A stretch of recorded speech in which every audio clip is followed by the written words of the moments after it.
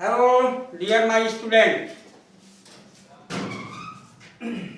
आज आपकी बायोलॉजी की क्लास में आपके भारत के संदर्भ में एक बहुत बढ़िया टॉपिक लेके अपन आए हैं कि बच्चों को यह जानकारी होना चाहिए कि हमारे प्राचीन भारत में जीव विज्ञान का विकास कैसे हुआ, कहाँ तक क्या जानकारी हमें प्राचीन भारत में मिलती है।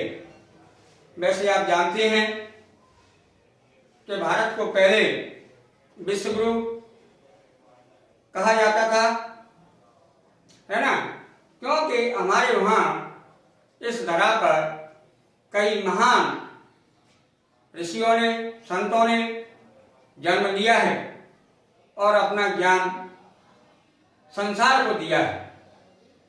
इसलिए प्रत्येक बायोलॉजी स्टूडेंट को यह जानना भी आवश्यक है कि हमारे देश में, हमारे प्राचीन साहित्य में, जीव विज्ञान के क्षेत्र में कहाँ कहाँ किन लोगों ने कार्य किया है। ओके, प्राचीन भारत में जीव विज्ञान, ठीक है। आप मेरे चैनल को सब्सक्राइब करें, लाइक करें और नोटिफिकेशन प्रेस करें प्लीज, क्योंकि आपका सपोर्ट में आप हमें मोटिवेट करता है। इसलिए आप जो है सब्सक्राइब करें, शेयर करें, लाइक करें और नोटिफिकेशन करें, प्रेस करें। तो देखिए अपन टॉपिक की ओर चलते हैं। प्राचीन भारत में जीव विज्ञान, बायोलॉजी इन एंशिएंट इंडिया। तो देखिए हमारे जो है उपनिषद हैं, उपनिषद और वेद।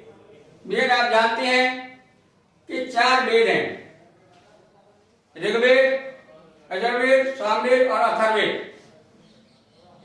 ये जो है इनका कालक्रम 1500 बीसी से 600 बीसी रहा। तो इन उपनिषदों और जो है वेदों में जीवों के वर्गीकरण की जानकारी हमें प्राप्त होती है। उपनिषदों और वेदों में हमें जीवों के वर्गीकरण की जो इंफॉर्मेशन है वो हमको प्राप्त होती है ना। इसलिए मैंने लिखा है कि उपनिषद और वेदों, ठीक है, टाइम पीरियड क्या है 1500 बीसी से 600 बीसी में जीवों के वर्गीकरण के संदर्भ दिए गए हैं। ओके, तथापि प्रारंभिक जो है अपन देखें मानव क्रियाकलाप आपके प्रारंभिक, मध्य और पक्ष पाषाण युग, मतलब यह है कि ये जो है 4 लाख से लेकर 2 लाख बीसी के बीच में के बाद में ज्ञात किए जा सकते हैं। इस पीरियड के अपन यहाँ पर मानवीय क्रियाकलापों को अपन ज्ञात कर सकते हैं इस टाइम के अंदर, ठीक है। हमारा जो वैदिक काल है, वैदिक काल क्या होता है और वैदिक साहित्य क्या है। देखिए जिस समय में वेदों की रचना हुई उसे जो है अपन क्या कहते हैं, वैदिक काल। और वैदिक काल में जो साहित्य लिखा गया, जो साहित्य जो है लिखा गया उसे अपन वैदिक साहित्य कहते हैं। इस वैदिक साहित्य में लगभग 750 प्रकार के पौधे और 250 प्रकार के जंतुओं का वर्णन हमें मिलता है। कितने? 750 पौधे और जो है 200 प्रकार के जंतुओं का वर्णन हमें वैदिक साहित्य में मिलता है। पुराने साहित्यों में आप देखेंगे उपलब्ध कुछ उपयोगी संदर्भ दिए हैं, जैसे चंद्र योग्य उपनिषद। चंद्र योग्य उपनिषद में जंतुओं को 3 श्रेणियों में बांटा गया है। जंतुओं को 3 श्रेणियों में बांटा गया है। एक है आपका कौन सा, पहला जीवाजा। जीवाजा को अपन इंग्लिश मीडियम में या इंग्लिश में विविपेरस कहते हैं। जैसे कि इसमें अपन सभी स्तनधारी आते हैं, मानव भी इसी में आता है, चाहे गाय है, भैंस है, भेड़ है, बकरी है ना, सभी लोग इसी में आते हैं। दूसरा है अंडाजा ओविपेरस। इसमें आपके पक्षी हैं, सरीसृप हैं, कीट एवं कृमि को शामिल किया गया। और तीसरा है सूक्ष्म उडभजा। क्या है? सूक्ष्म उडभजा। ये इसमें जो है इनको अपन इंग्लिश में वेजिटल ओरिजन कहते हैं। इसमें छोटे जंतुओं को रखा गया। ये ओके, तो ये 3 श्रेणियां जो है चांद्र उपनिषद में मिलती है जंतुओं की या जीवों की। कौन कौन सी हैं? जीवाजा, अंडाजा और सूक्ष्म उडभजा। ओके, उसके बाद आपने इनका नाम सुना होगा सुश्रुत साहब का। सुश्रुत साहब को ने एक ग्रंथ लिखा जिसका नाम था सुश्रुत संहिता। संहिता ये लगभग 600 BC में लिखी गई। इस किताब में या ग्रंथ में जीवों को निम्न भागों में वर्गीकृत किया गया। जैसे एक है आपका स्थावरा। स्थावरा में ऐसे जीवों को रखा गया जिनमें आपस में कोई मूवमेंट नहीं होता है, उनमें गति नहीं होती है, वो एक स्थान पर स्थिर रहते हैं। जैसे कि आज आपने अपने आसपास में देखा होगा कि ढेर सारे पौधे हैं, अपने स्थान पर फिक्स रहते हैं। तो स्थावरा में जो है इन्होंने पौधों के समान अगतिशील जंतुओं को रखा, जीवों को रखा। दूसरा जो है डिग्री जैसी जंगमा या जंगम भी कहते हैं, इसको जंगम भी कहते हैं, जिसमें जंतुओं के समान गतिशील जीवों को रखा गया। जंतुओं के समान जो एक स्थान से दूसरे स्थान तक आ जा सकता है। जैसे मैं आपके सामने यहाँ से हिल रहा हूं, तो ऐसे जीव जो एक स्थान से दूसरे स्थान को आ जा सकते हैं, उनको जो है जंगमा में रखा, जंगम में। तो इसके बाद ये महर्षि जो है सुश्रुत थे, उन्होंने जो है मानव शरीर का विच्छेदन किया, तो इन्हें अपन सर्जरी का जनक भी कहते हैं। क्या कहते हैं? सर्जरी का जनक या पिता, फादर ऑफ सर्जरी भी कहा जाता है। उसके बाद 100 BC में चरक साहब आए। कौन? चरक साहब। चरक साहब ने जो है चरक संहिता जो है ग्रंथ लिखा, जिसमें उन्होंने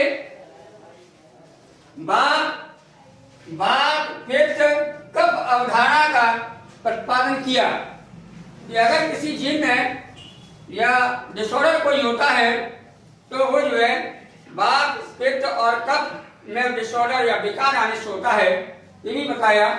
और फिर इन्होंने ये भी बताया कि जो है कि प्रत्येक जीव है, क्या है बेटा? प्रत्येक जीव है। प्रत्येक जीव जो है 5 तत्वों से मिलकर बना है। कितने तत्वों से मिलकर बना है? 5 तत्व। वे तत्व कौन से हैं? जैसे पृथ्वी है, आकाश है, जल है, अग्नि है और वायु है। ओके, इनको जो है अपन चरक साहब को आयुर्वेद का जनक कहा जाता है, फादर ऑफ आयुर्वेदा। इस चरक संहिता में विभिन्न प्रकार के 200 जंतुओं का वर्णन किया गया है। 200 जंतुओं का वर्णन चरक संहिता में किया गया है और 340 प्रकार के पौधों का वर्णन हमें चरक संहिता में मिलता है। उसके बाद संत पाराशर या महर्षि पाराशर जो हुए, उन्होंने जो है वृक्षा आयुर्वेद ग्रंथ लिखा। इस वृक्षा आयुर्वेद ग्रंथ में आपके आवृत बीजीय पौधे, आवृत बीजीय पौधे मीन्स एंजियोस्पर्मिक प्लांट। आवृत बीजी किसे कहेंगे कि ऐसे पौधे जिनका बीज एक आवरण के अंदर बंद रहता है, उन्हें अपन आवृत बीजी पौधे कहते हैं। इन आवृत बीजीय पौधों को महर्षि पाराशर ने दो भागों में बांटा शिरा विन्यास के आधार पर। एक तो जो है आपका मौनलापर्णा और मौनलापर्णा और दूसरा जालिकापर्णा। मतलब एक तो ऐसे पौधे हैं जिनकी पत्तियों में समानांतर शिरा विन्यास होता है, और एक ऐसी होती है जिनमें जो है समानांतर होता है, दूसरी में जालिका व शिरा विन्यास होता है, जिन्हें आज अपन मोनोकॉट और डाइकॉट प्लांट के नाम से जानते हैं, या एक बीजपत्री और द्विबीजपत्री पौधों के नाम से जानते हैं। तो देखिए, ये आज की क्लास है अपनी। इसमें आपको ये समझ में आना चाहिए कि प्राचीन भारत में बायोलॉजी के क्षेत्र में हमें जो जानकारी मिलती है, देखिए मैं आपको दोबारा इसको रिवाइज कराता हूं कि आपके उपनिषद और वेद हैं, इनमें जीवों का वर्गीकरण दिया गया है। ओके, और यहाँ पर जो है इसी पीरियड में अपन प्रारंभिक, मध्य और पाषाण का जो युग था, उसमें जो है ये चीजें ज्ञात की जा सकती हैं। वैदिक साहित्य में लगभग 750 पौधे और 250 जंतुओं का वर्णन हमें मिलता है। चंड योग उपनिषद में जीवों को या जंतुओं को 3 श्रेणियों में बांटा गया है। एक है आपकी जीवाया या विविपेरस जैसे स्तनधारी, दूसरे अंडाया ओविपेरस जैसे पक्षी हैं, सरीसृप हैं, कीट हैं, कृमि हैं, और सूक्ष्म उदग्रहया जिन्हें अपन वेजिटल ओरिजिन कहते हैं। इसमें छोटे जंतुओं को रखा गया। सूक्ष्म सहायता जो 600 BC में लिखी गई, इसमें जीवों को जो है 2 भागों में बांटा गया, एक स्थावर या स्थावारा और जंगमा। माने ऐसे स्थावारा में ऐसे जीवों को रखा जिनमें पौधों के समान वे कैसे थे, अगतिशील थे, और जंगमा में ऐसे जीवों को रखा गया जिनमें गतिशीलता पाई जाती है।